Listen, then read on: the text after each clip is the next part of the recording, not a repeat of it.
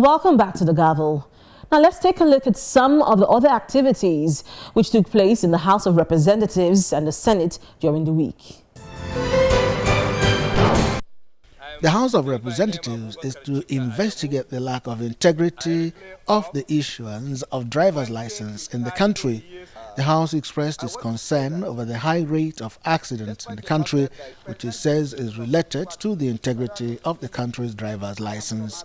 The motion, which is sponsored by Representative Philip Shaibu, has been approved by the House, and the Committee on the Federal Road Safety Commission is to look into the matter and report back to the House in 4 weeks' time. The House notes that the Federal Road Safety Commission and Vehicle Inspection Office, which are the two agencies involved in issuance of driver license, do not seem to follow the laid down rules and due process in the issuance of driver's license, thereby compromising the integrity of Nigerian drivers' license and endangering lives and properties of millions of Nigerian road users.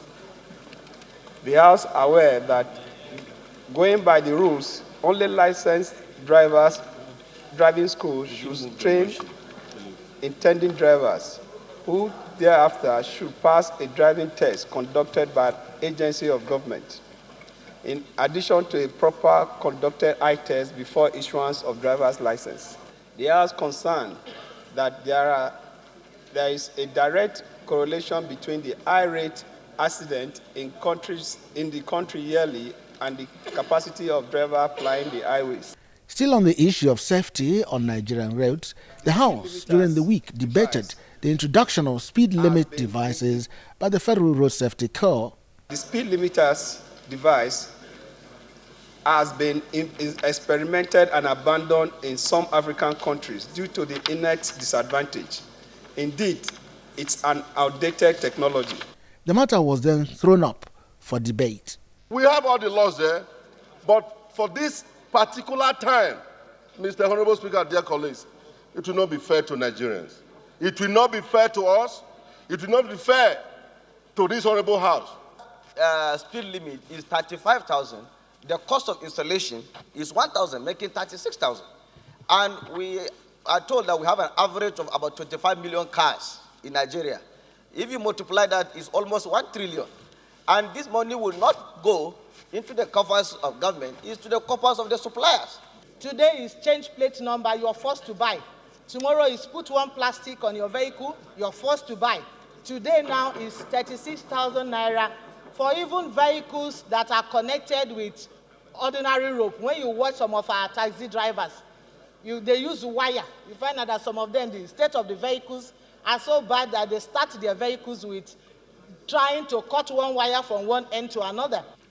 Under the Constitution, the jurisdiction the road safety has covers only federal trunk roads and does not cover other roads in Nigeria, not the state roads, not the local government roads. So in looking at all the other submissions, we must also look at the legality and the constitutionality of what they're trying to do. Those in favor of the motion as amended, say aye. Those against it, say nay. Who is the naysayer? I want to see him very well. The ayes have it. The House has mandated its Committee on Federal Road Safety Corps to meet with the agency and report back to the House in 4 weeks. The Senate will begin investigations into allegations of exploitation of Nigerians by MultiChoice Nigeria, owner of DSTV Pay Television.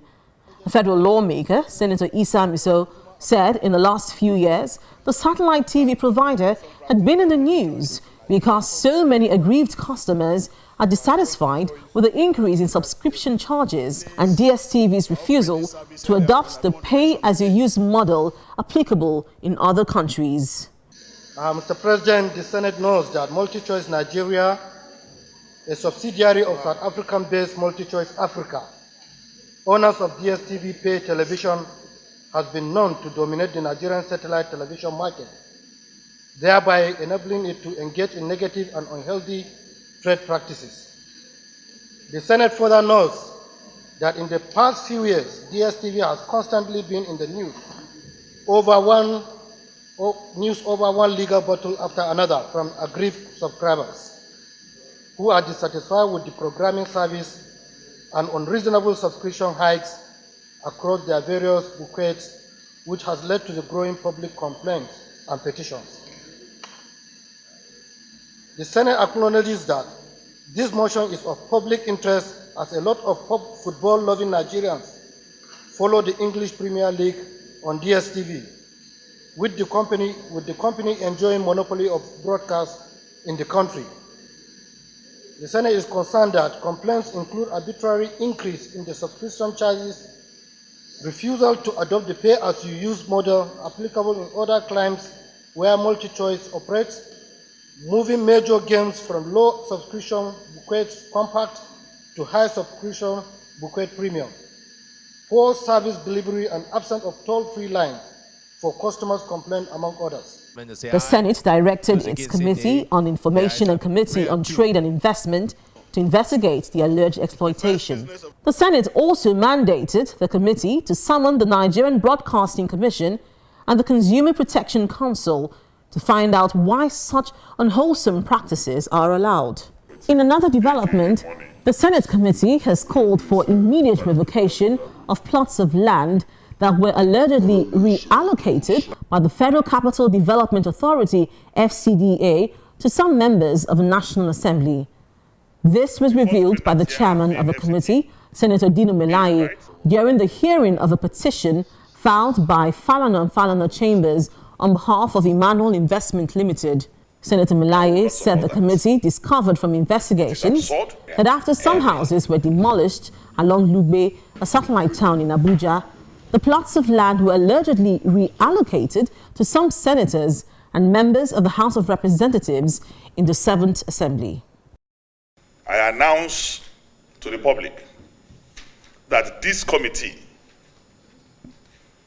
will not, I'm repeating, will not seize land from anybody and then allocate to these committee members.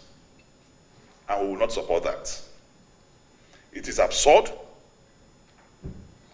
It is wicked, it is criminal that the institution of the Senate is a respected institution. You cannot be requested to mediate in a land dispute and you now become the ultimate beneficiary of that same land. The same land was, you destroyed 572 houses. And then allocated the same land to senators.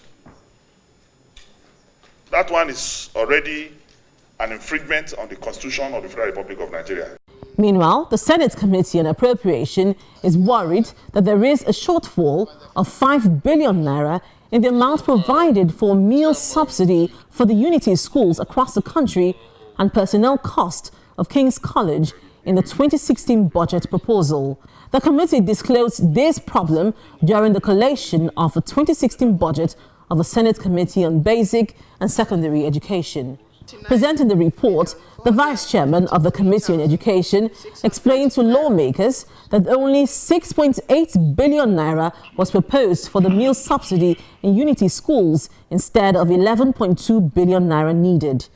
However, the chairman of the Senate Committee on Appropriation, Senator Danjo Maguje, assured that the committee would accommodate this omission in the final budget. Errors, yes, either by commission or omission, we don't know. Yes. But this is the type of problem that we are confronted now. Yes. So by implication, if we don't do anything about this issue of King's College Lagos, going by what is before us now, if we approve what is submitted to us now, it means we have to close down King's College Lagos. Because a college that requires 327 million naira, yes, is being allocated only 7 million naira. Yes. That will not last them for more than 1.5 months. Exactly. Then they close the college for the rest of the year until next year. Exactly. This is very serious, but we are not going to allow that.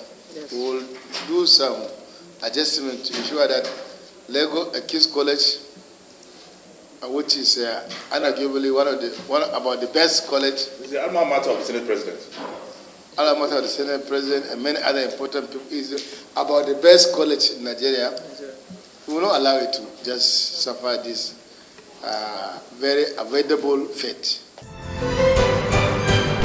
Now, this is where we draw the curtains on this week's edition of the Gavel. If you have any views on any of the issues discussed, please email us on thegavel@channelstv.com. Thank you for staying with us and see you again next week.